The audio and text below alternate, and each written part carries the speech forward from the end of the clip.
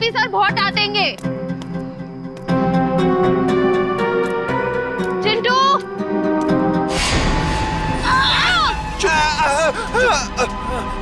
चिंटू, निकल यहाँ से जल्दी। चिंटू,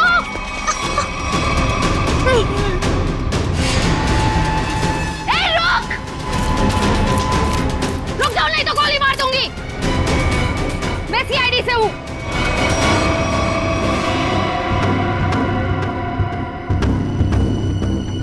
छोड़ दो बच्चों को।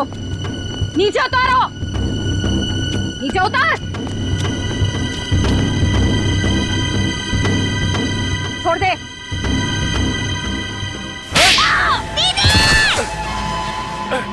रुक, निकल जल्दी। रुक जाओ चिंटू।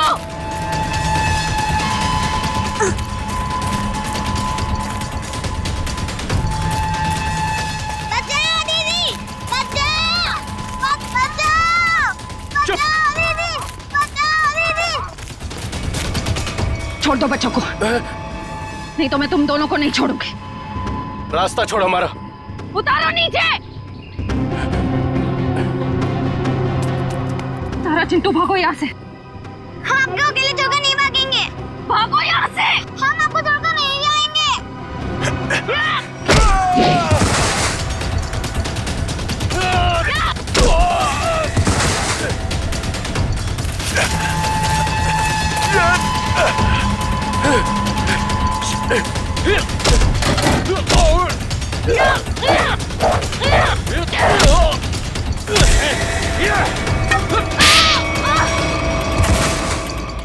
छोड़ उसको, चल यहाँ से। हाँ, चल निकल जल्दी, जल्दी कर।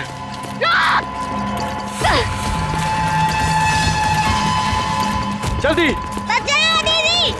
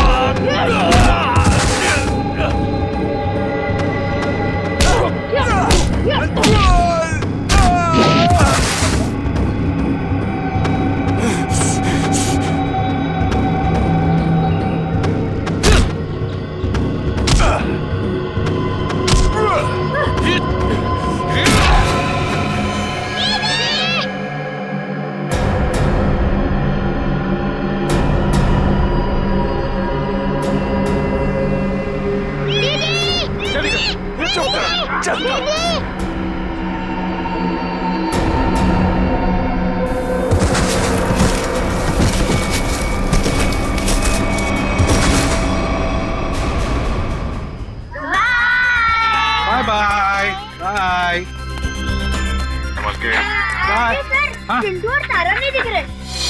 चिंटू और तारा दिख नहीं रही, कहाँ गई है? और श्रेया भी दिख नहीं रही है। सर, श्रेया मैम जंगल में बॉल ढूंढने के लिए गई हैं, लेकिन अब कहीं नजर नहीं आ रही। इतनी देर तक? काम करते हैं, जंगल में घुसते हैं। हाँ?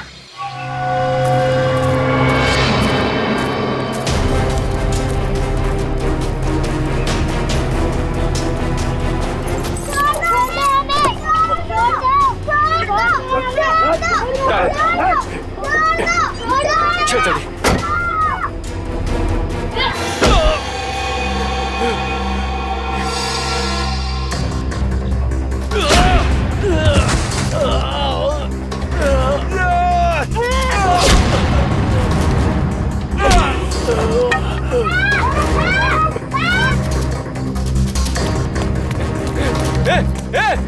बैग बैग क्या करिए? बैग बैग छोड़, निकल यहाँ से। चल जल्दी कर, चल।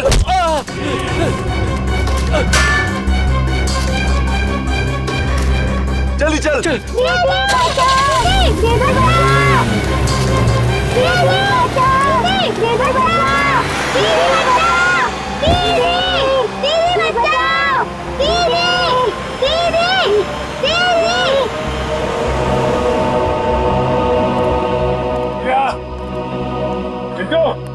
श्रेया, तारा, श्रेया, चिंटू, श्रेया, चिंटू, सर, हाँ, धीरे की सर। क्या सचिन? सर यहाँ पे खून की बूंदें पड़ी हुई।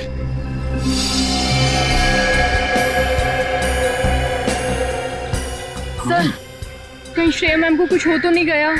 कुछ नहीं होगा श्रेया को, सीआईडी ऑफिसर है वो। देखते ये खून की बूंदें हमें कहां तक ले जाती है।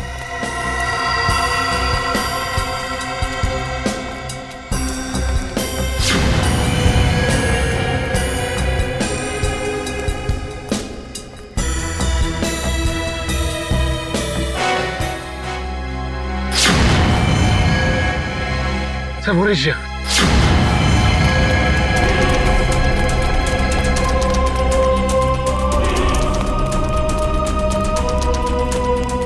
मैम, तुम श्रेया, श्रेया,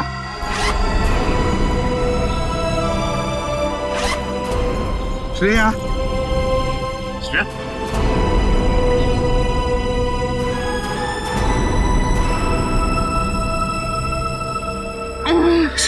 सर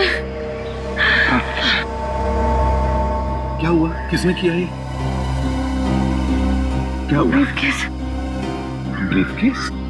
हाँ सर, कौन सी ब्रीफकेस? वो ब्रीफकेस उधर। सचिन देखो जरा, जाओ। श्रेया किसने किया ये? बच्चे कहाँ हैं? कहाँ है बच्चे? सर वो सर तारा और चिंटू को दो गुंडे उठाकर लेकर गए थे। तुमने देखा उनको? चेहरे देखे उनके? नहीं सर, उन्होंने मास्क पहने हुए थे। एक व्हाइट कलर की वैन में दोनों बच्चों को उठाकर लेकर गए वो।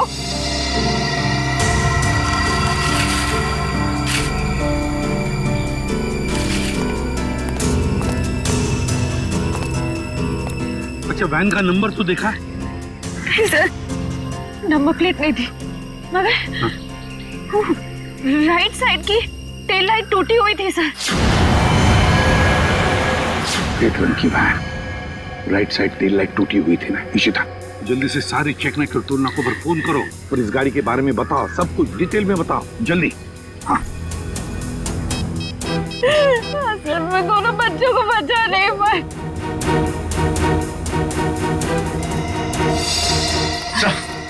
हाँ ये रहा वो ब्रीफकेस।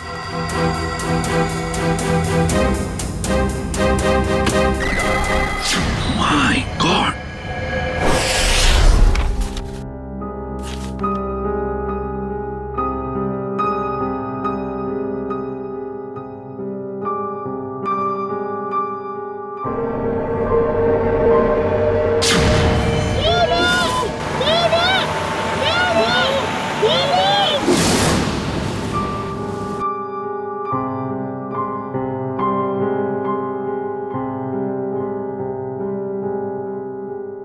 श्रेया मैम,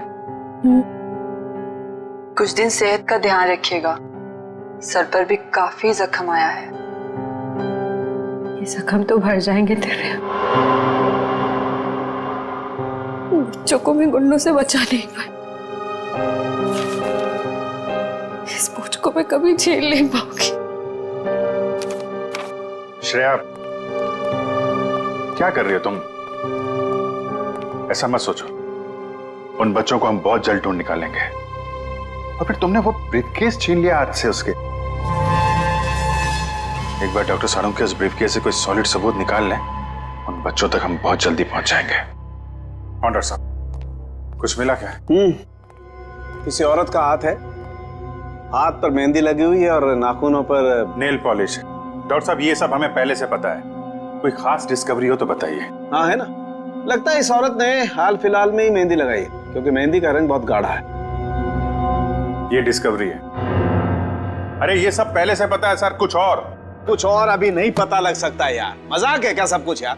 पहले इस हाथ को लेबोरेटरी में भेजो फॉरेंसिक लैब में, वहां पर डीएनए टेस्टिंग होने दो, उसके बाद पता लगेगा ना यार। फिलहाल तुम इतना तो पता लगा सकते हो कि जहां से हाथ मिला है वहां पर कोई शादी ब्याह हुआ है क्या? ये पता लगाने के लिए मैं वंश को पहले ही भेज चुका हूँ। वेरी गुड, बहुत अच्छा किया। तो अभी मैं भी चलता हूं। और हाँ, अगले 12 घंटे तक मेरी लैब में कोई मुझसे कुछ पूछने के लिए नहीं आएगा, अंडरस्टैंड? ठीक है सर, नहीं पूछेंगे। जब तारिका जी है तो आपसे क्यों पूछें? ये डॉक्टर साहब कमाल है, गुस्सा बस नाक पे रखता है इनके। सर, मुझे तो लगता है उन बच्चों ने शायद जुर्म को होते हुए देख लिया, तभी तो वो गुंडे उन्हें अपने साथ ले गए। बात तो ठीक है रेड्डी, वरना अनाथ बच्चों को कोई पैसों के लिए तो किडनैप करेगा नहीं। हेलो, क्या नहीं गुजरी? ओके, ठीक है, श्योर, थैंक यू। क्या हुआ? सर, उस टोल नाके से अब तक कोई ऐसी गाड़ी गुजरी नहीं है जिसकी एक टेल लाइट टूटी हुई हो। अच्छा सर, कहीं ऐसा तो नहीं कि उस गाड़ी वाले ने लाइट को रास्ते में ही रिपेयर करवा दिया हो? बच्चों को गाड़ी में रख के वो लोग रास्ते में गाड़ी रोकने की गलती नहीं करेंगे। शायद उनका अड्डा आसपास ही है, जहां जाने के लिए टोल नाके से गुजरने की जरूरत नहीं पड़ती। सर, उस इलाके के पास एक हवेली है जहां पिकनिक के दौरान सगाई का फंक्शन चल रहा था। सगाई का फंक्शन? फिर तो हो सकता है ये हाथ उस सगाई के फंक्शन में से ही किसी लड़की का हो। जी हाँ, कल रात हमारी भतीजी प्रियंका की सगाई थी। फिर तो काफी लोग आए होंगे यहाँ। जी नहीं, सिर्फ परिवार वाले थे। सारे परिवार वाले अभी यहाँ पर हैं? हाँ, सिवाय प्रियंका के। आप? मैं प्रियंका का मंगेतर डॉक्टर रमन। रमन जी, प्रियंका क्यों नहीं है? वो दीदी इस वक्त अपने कमरे में सो रही हैं। देखिए, हमारा उनसे मिलना बहुत जरूरी है। पर बात क्या? रमन जी, आप हमें सिर्फ उनका कमरा दिखा दीजिए प्लीज। आइए, चलिए।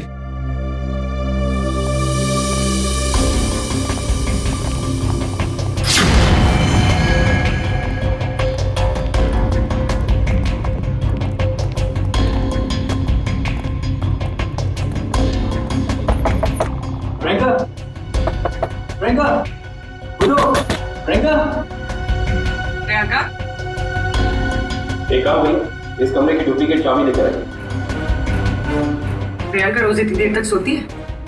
दोपहर का 1 बज रहा। नहीं, वैसे तो जल्दी उठ जाती है, शायद सगाई की थकावट होगी इसलिए नहीं उठी है वो। लीजिए।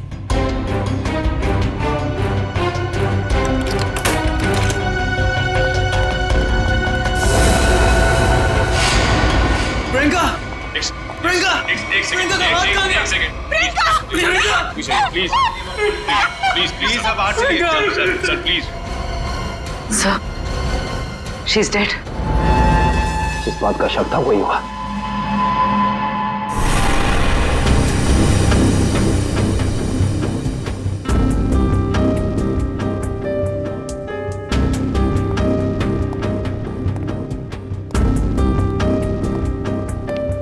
सर, खून सिर्फ इस बेड पर है, कमरे में और कहीं नहीं।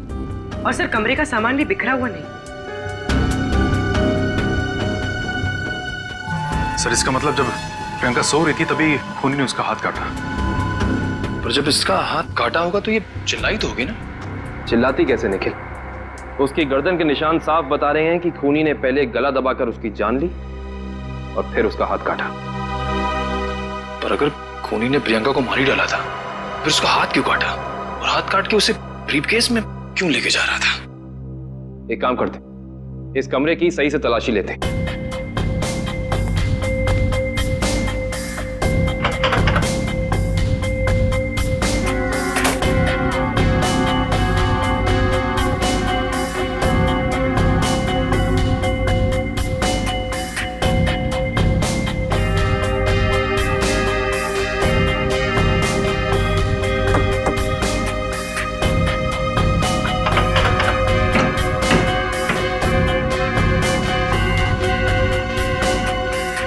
कमाल है, सारी खिड़कियां बंद हैं, दरवाजा बंद है, तो खूनी इस कमरे में आया कहां से? हाँ, और कोई खुफिया रास्ता भी नहीं है यहाँ पर। बाथरूम की खिड़की इतनी छोटी है कि कोई इंसान उसमें से अंदर आ ही नहीं सकता। इसका मतलब खूनी जो कोई भी है वो अंदर का ही है। वो चुपचाप दबे पांव कमरे में आया, खून किया, फिर आराम से चला गया। आज ही मैंने उसे अपने क्लिनिक से कई बार फोन किया और उसने फोन पिक नहीं किया। मुझे उसी समय समझ आना चाहिए था। नियति को कौन बदल सकता है? किसी का खून होना नियति की बात नहीं, बल्कि जुर्म होता है। अब ये बताइए कि इस कमरे में सगाई के बाद प्रियंका से मिलने कौन कौन आया था?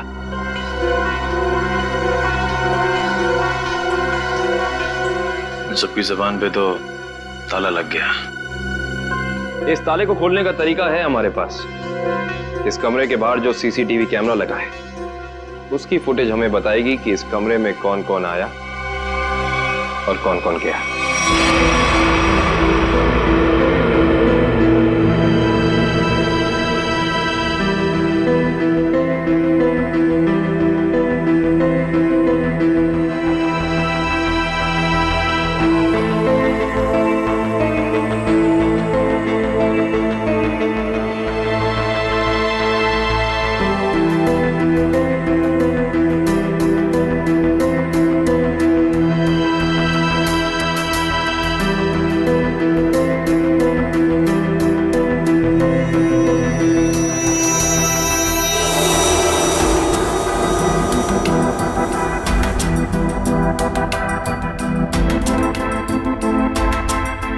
थोड़ा फॉरवर्ड करना पूरी।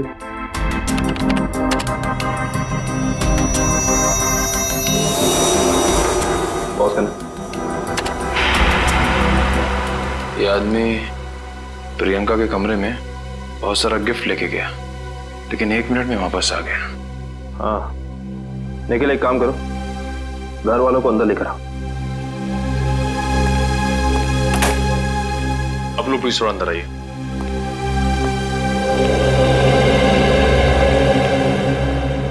आइए। आप लोग इस आदमी को जानते हैं? ये हमारे होटल का मैनेजर है।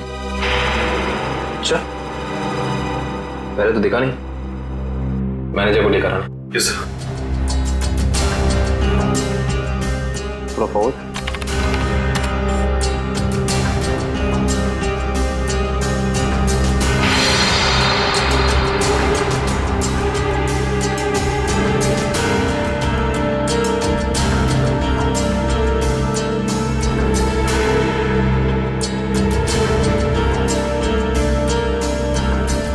वो भी थोड़ा फॉरवर्ड कर।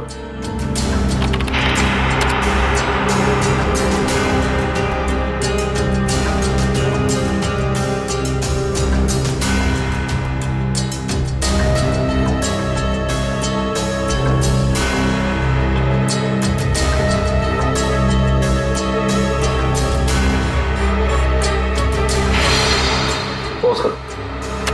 बस है। सर ये लड़की 1:30 बजे कमरे के अंदर गई और 2 घंटे के बाद बाहर निकली।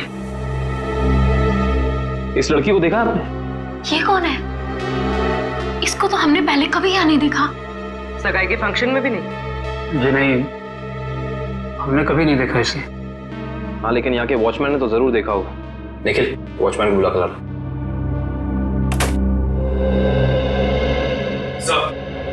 सब जगह देख लिया मगर मैनेजर कहीं मिला नहीं सर। मिला नहीं? सुबह तो यही था, शायद मार्केट गया होगा सब्जी लेने के लिए। कमाल है, पहली बार सुन रहा हूँ कि इतने बड़े होटल का मैनेजर बाहर सब्जी लेने जाता है। ये इस होटल के वॉचमैन का नाम है रिंकू। रिंकू जी, इस होटल के मैनेजर को तुमने यहाँ से बाहर जाते हुए देखा था? नहीं सर। इस लड़की को देखा था? हाँ सर, ये तो वही लड़की जो कल रात प्रियंका मैम से मिलने आई थी। क्या कोई भी यार घर आएगा प्रियंका से मिलने तो तुमने अंदर जाने दिया? नहीं साहब, हमने पहले प्रियंका मैम को फोन किया उनके रूम में, उन्होंने बोला आने दो, तो हमने आने दिया। इसका मतलब प्रियंका इस लड़की को जानती थी और आप लोग कह रहे हैं कि आप इस लड़की को जानते नहीं। रिंकू एक बात बताओ, ये लड़की कल होटल अपनी गाड़ी से आई थी या फिर? सर ये लड़की टैक्सी से आई थी। टैक्सी? उस टैक्सी का कोई नंबर रिकॉर्ड किया तुमने, कहीं लिखा कुछ? हाँ साहब, मैं होटल के अंदर जितनी भी टैक्सी आती है उनका नंबर लिख के रखता हूँ रजिस्टर पे। ये फोटो ध्यान से देखो। ये लड़की कल रात तुम्हारी टैक्सी में बैठी थी। आप लोग कौन? हम लोग सीआईडी से। सीआईडी साहब, मुझे तो इस पे पहले से ही शक था कि लड़की में कोई गड़बड़ है। क्यों, क्या हुआ? ये लड़की 1 बजे रात को अकेली हमारी टैक्सी में आके बैठ गई और कहने लगी मुझे कुंदन नगर हवेली पे छोड़ दो। अच्छा, फिर क्या, मैंने उसे कह दिया कि वापसी के भी भाड़े देने पड़ेंगे। और वह तैयार हो गई? क्यों? मान तो गई, लेकिन हवेली पे जाने के बाद उसने कहा कि थोड़ी देर इंतजार करना पड़ेगा और 2 घंटे लगा दिए। और 2 घंटे के बाद उधर से वो दौड़ती हुई चली आई और मुझे कहा कि चलो। मैंने पूछा कहाँ, तो बोली कलानगर म्यूजियम पे। कलानगर म्यूजियम? सर, इतनी रात को तो ये म्यूजियम बंद रहता है ना? हाँ सर, मैंने यही उनसे पूछा, पर उन्होंने कहा तुम अपने काम से काम रखो। काम से काम तो अब सीआईडी रखेगी। कलानगर म्यूजियम।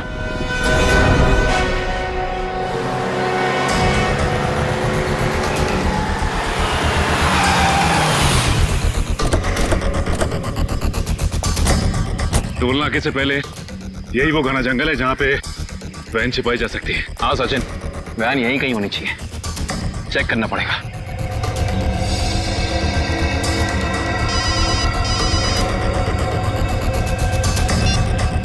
कितनी बार कहा है तुम लोगों को कि कोई गलती नहीं होनी चाहिए, मगर तुम सब लोग निकम्मे हो, निकम्मे। बॉस, हमारी तरफ से तो सब सही जा रहा था, पता नहीं ये बच्चे अचानक कहां से आ गए।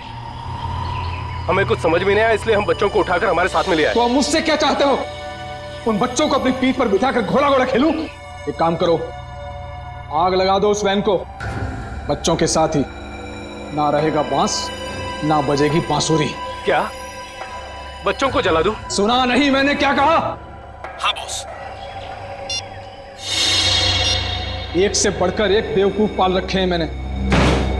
चिंटू, हमें कुछ करना आएगा, वरना पता नहीं ये बुरे अंकल हमारे साथ क्या करेंगे।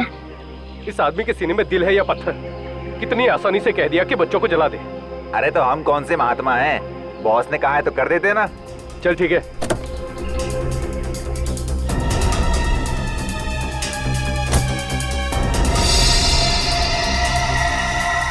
ए, जल्दी करना। अरे रुकना, हलवा है क्या? कर रहा हूँ ना।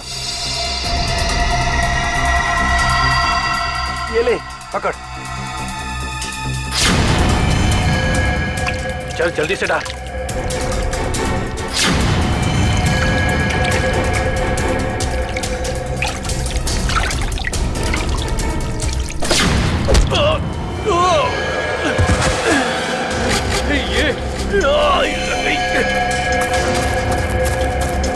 अरे भाई, अरे बच्चे, चल उस तरफ भागे, चल।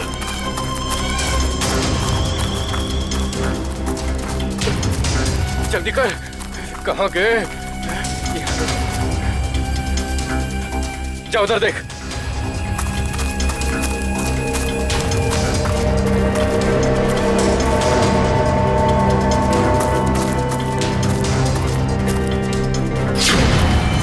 अरे वो देख, वो रहे, पकड़। चल चल चल जल्दी।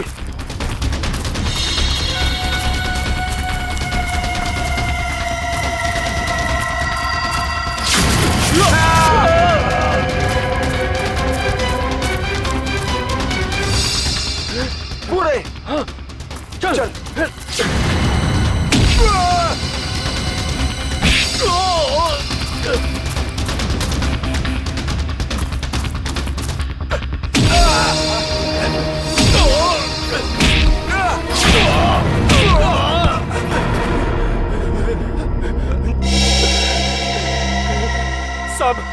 साहब, हमने जो कुछ भी किया पैसे के लिए किया साहब। हम असली गुनहगार नहीं है साहब, वो बच्चों ने हमारा चेहरा देख लिया था।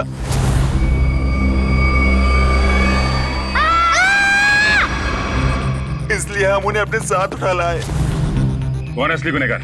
बोल, नाम बता उसका। हमने उसका चेहरा नहीं देखा साहब, क्योंकि वो गाड़ी में आया था और पैसे देके चला गया साहब। गाड़ी में आया था तो उसका गाड़ी नंबर, मोबाइल नंबर, घर का नंबर कुछ तो याद होगा। साहब उसका मोबाइल नंबर है मेरे पास। देखो, जल्दी निकल। देता हूँ साहब, ये वाला सर। है कौन ये मिस्टर एक्स? सर इस म्यूजियम में पहले आप आ चुके हैं? हाँ, एक बार आया जया के साथ। तो वैसे मुझे भी म्यूजियम में आके एंटीक चीजें देखना काफी पसंद है सर।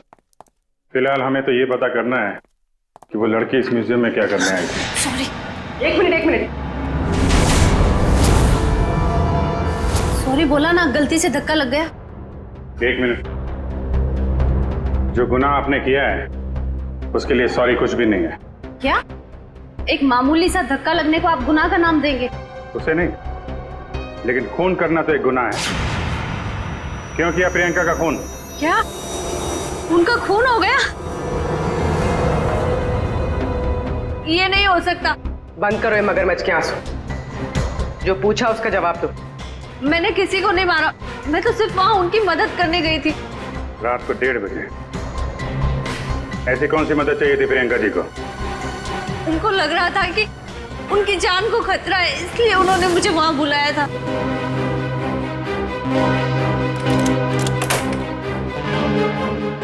थैंक गॉड तुम आ गई।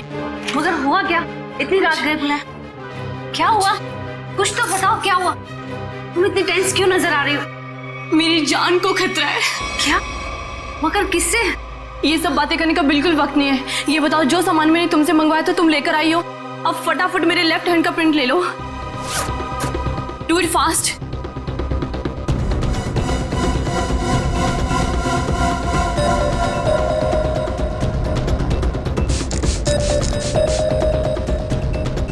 अपना लेफ्ट हैंड यहाँ रखो।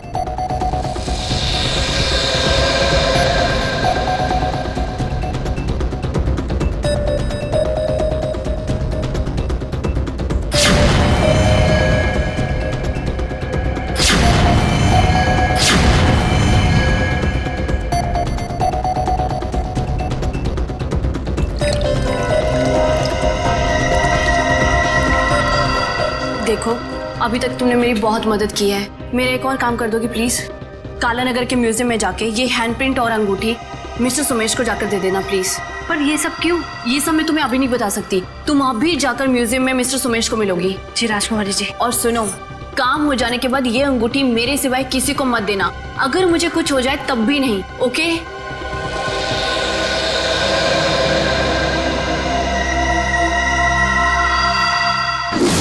तो उन्होंने अपने हाथ का इम्प्रिंट बनवाया और उसे म्यूजियम के मैनेजर सोमेश को देने को कहा? जी।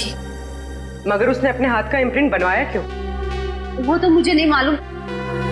आप जरा वो अंगूठी दीजिए जो प्रियंका जी ने आपको दी।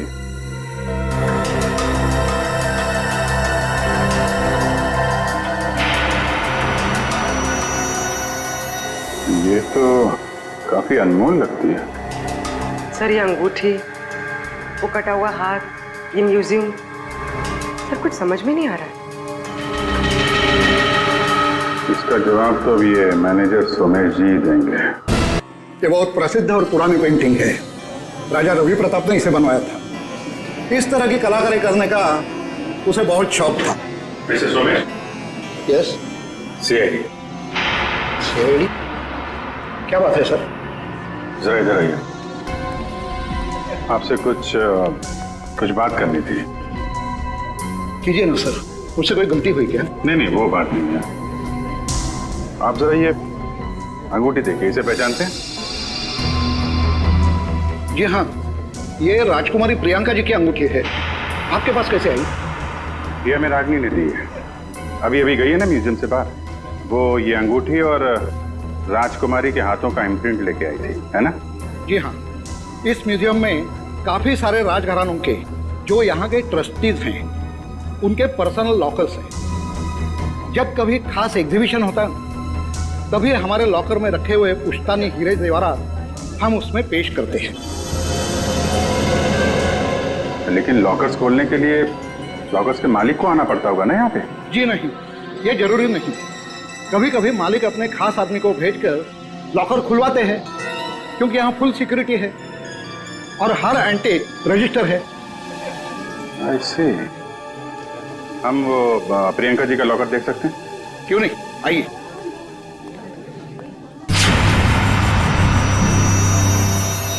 ये रहा उनका खास लॉकर। प्रियंका जी के हाथ का इम्प्रिंट इसका पासपोर्ट था। सर इसलिए प्रियंका का हाथ? क्या हुआ? नहीं कुछ खास नहीं। आप ये बताइए, अभी इसका पासवर्ड, नया पासवर्ड क्या है? सॉरी सर, ये तो कॉन्फिडेंशियल है, मैं नहीं बता सकता। ये आपको बताना पड़ेगा क्योंकि प्रियंका का खून हो गया है। और? जी हाँ। और खूनी तक पहुंचने के लिए हमारा ये जानना बहुत जरूरी है कि इस लॉकर में क्या है और प्रियंका ने अपना पासवर्ड जल्दबाजी में क्यों बदला। प्लीज। आपके पास जो अंगूठी है यही नया पासपोर्ट है। अंगूठी? ये पासवर्ड है? जी हाँ। अब जरा ये लॉकर खोलिए।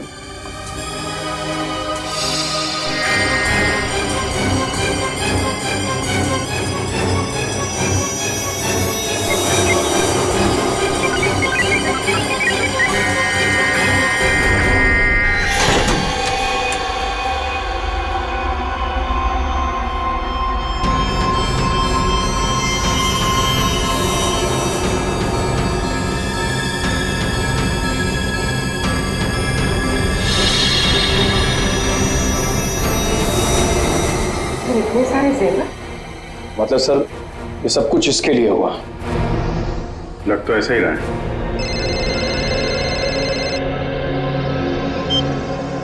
हाँ बताओ। गुंडों के पास से जो नंबर मिला था वो कुंदनपुर के होटल के मैनेजर का है। Very good very good. नहीं, मिलते हैं उससे मिलते हैं।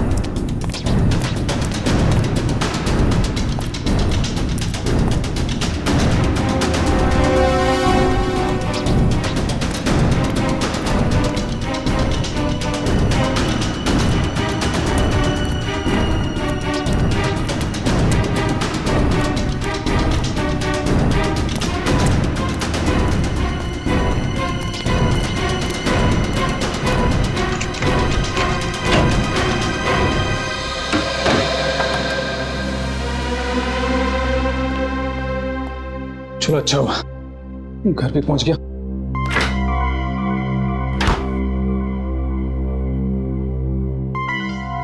किसी ने देखा भी नहीं सिवाय हमारे। सीआईडी? हाँ सीआईडी। चल बैठ।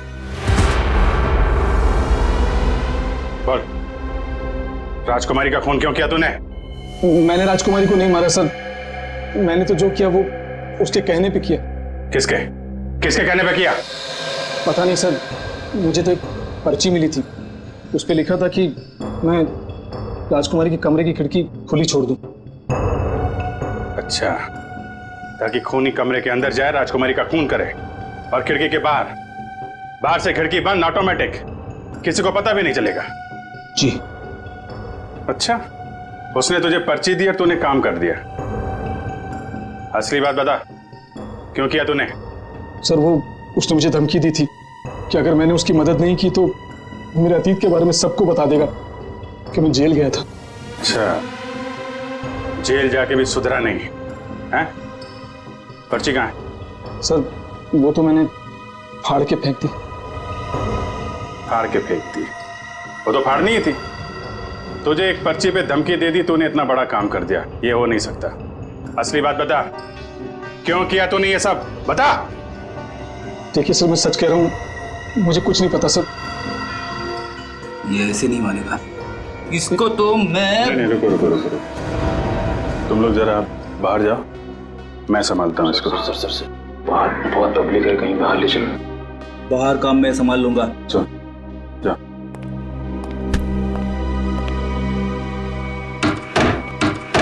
देख, ये क्या कर रहा है? देख रहा था, हमें मालूम ही है तूने किसी के कहने पे किया है, और वो कौन है वो तो हम पता लगा ही लेंगे।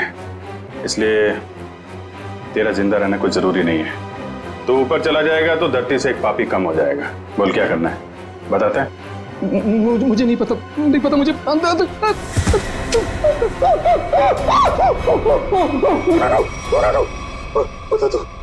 बोल।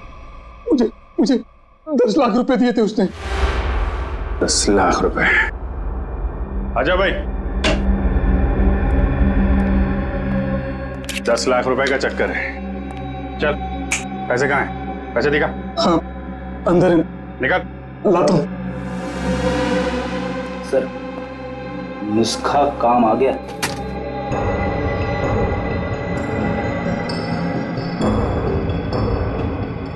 सर, इसमें से तो अजीब सी गंध आ रही है, जैसे हॉस्पिटल में दवाइयों की आती है।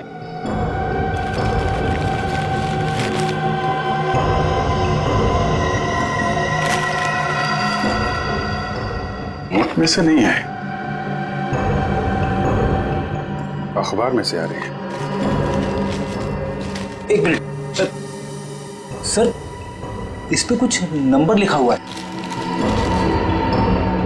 82184। तो घर का एड्रेस लिखा है, दवाई की स्मेल और ये घर का एड्रेस। अब समझ में आया वो पर्ची दी किसने थी। कितनी बार उसे समझाया कि हमारा अभी मिलना ठीक नहीं है, लेकिन फिर भी पता नहीं वो क्यों मुझसे मिलना चाहता है। This better be important. Yes, it is important. मेरा तुमसे मिलना बहुत जरूरी, क्योंकि मुझे मेरा पैसा चाहिए अभी। कैसा पैसा? पैसा कैसा होता है अभी ये भी तुम्हें समझाना पड़ेगा। जब प्लान ही फेल हो गया तो पैसे का तो सवाल ही नहीं उठता। तुम्हारी गलतियों का खामियाजा मैं क्यों भुगतूं? प्रियंका से शादी करने के बाद वो वैसे भी करोड़पति बनने वाला था, और तुमने मुझे गलत राह पे चलाया, और इसकी सजा तुम्हें भुगतनी होगी। देखो, मैं तुम्हारा दुख समझ सकता हूं, लेकिन जब लॉटरी लगी नहीं तो इनाम बांटने का सवाल कहां से उठता है? लॉटरी तो लगी है, सीआईडी वाली। सीआईडी? और इनाम भी बहुत जबरदस्त मिलेगा अंकल जी।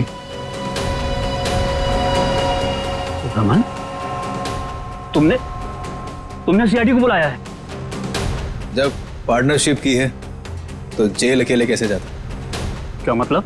मतलब मैं समझाता हूं। जब हमें होटल के मैनेजर के घर से न्यूज़पेपर में इस डॉक्टर के क्लिनिक का एड्रेस मिला तो हम समझ गए थे कि प्रियंका के मर्डर में पहला मोहरा ये डॉक्टर है। मगर हमें पता चल गया था कि इस डॉक्टर में इतनी हिम्मत नहीं कि किसी का खून कर सके। तब हमने एक प्लान बनाया।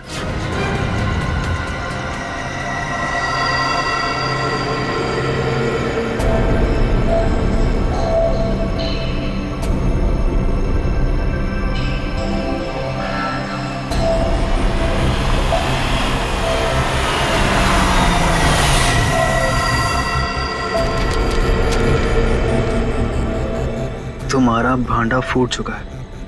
अपनी भलाई चाहते हो तो मुझसे मिलने आओ, वरना सीआईडी को सब बता दूंगा। आज तुझे अपने इस धोखे की कीमत चुकानी होगी, अपनी जान देकर।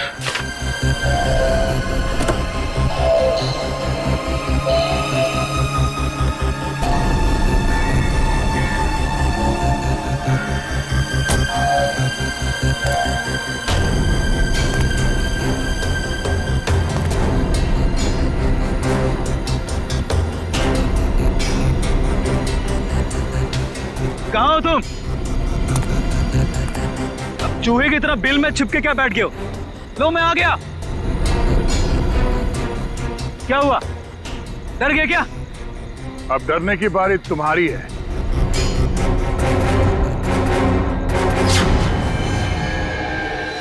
मिस्टर रमन,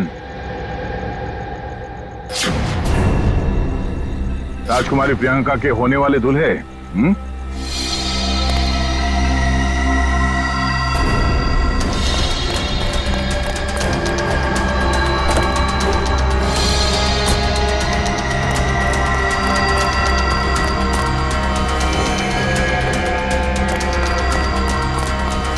बहुत बड़ा धक्का लगा। हम यहाँ पे देखते हैं।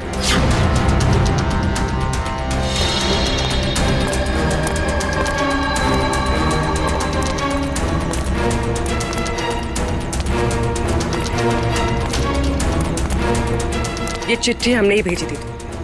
अपनी होने वाली दुल्हन का खून किया तुमने, हिसाब तो देना पड़ेगा।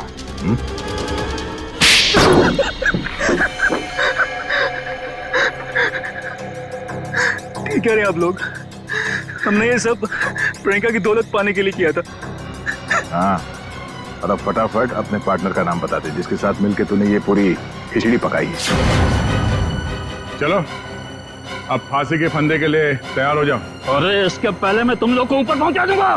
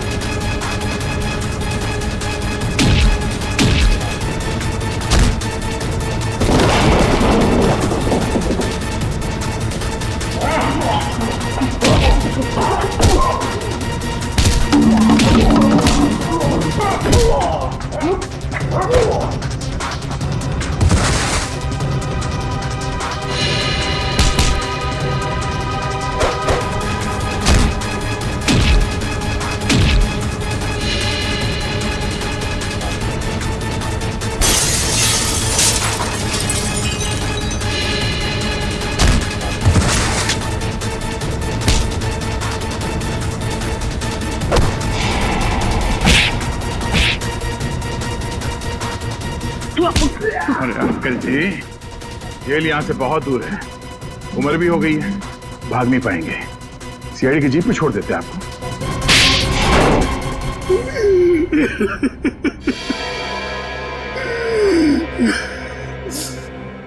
कहने को तो प्रियंका मेरी भतीजी थी, लेकिन भाई साहब की मौत के बाद मैंने ही प्रियंका को पाल पोस कर बड़ा किया, एक बाप का फर्ज निभाया। लेकिन बदले में मुझे क्या मिला? भाई साहब ने अपनी सारी प्रॉपर्टी प्रियंका और उसके होने वाले पति के नाम कर दी थी। इसलिए प्रियंका के होने वाली पति को भी तुमने अपने प्लान में शामिल कर लिया। हाँ, रमन बेवकूफ निकला, वो मेरी बातों में आ गया। पर्दे के पीछे रहकर मैंने सारे गुनाह इसी से करवाए, गुंडों को पैसे देने से लेकर खिड़की खुले रखने और हाथ काटने तक। मगर प्रियंका को भनक लग गई थी कि उसकी जान को खतरा है, इसीलिए उसने अपना पासवर्ड चेंज कर लिया और तुम लोगों के प्लान पे पानी फेर दिया। क्यों? हमें पता भी नहीं था कि उसने मेरी और अंकल की बातें फोन पे सुन ली है। सर, काश प्रियंका ने हमारी मदद ली होती तो उसकी जान बच जाती। वो आई थी मेरे पास ये बताने के लिए कि रमन उसकी जान लेना चाहता है, लेकिन उसे क्या पता था कि इस जुर्म का असली सूत्रधार कौन है। एक बार भी शर्म नहीं आई तुम्हें? अपने स्वार्थ के लिए अपनी भतीजी की जिंदगी उजाड़ दी तुमने। तुम जैसे लोगों के लिए तो फांसी भी कम है।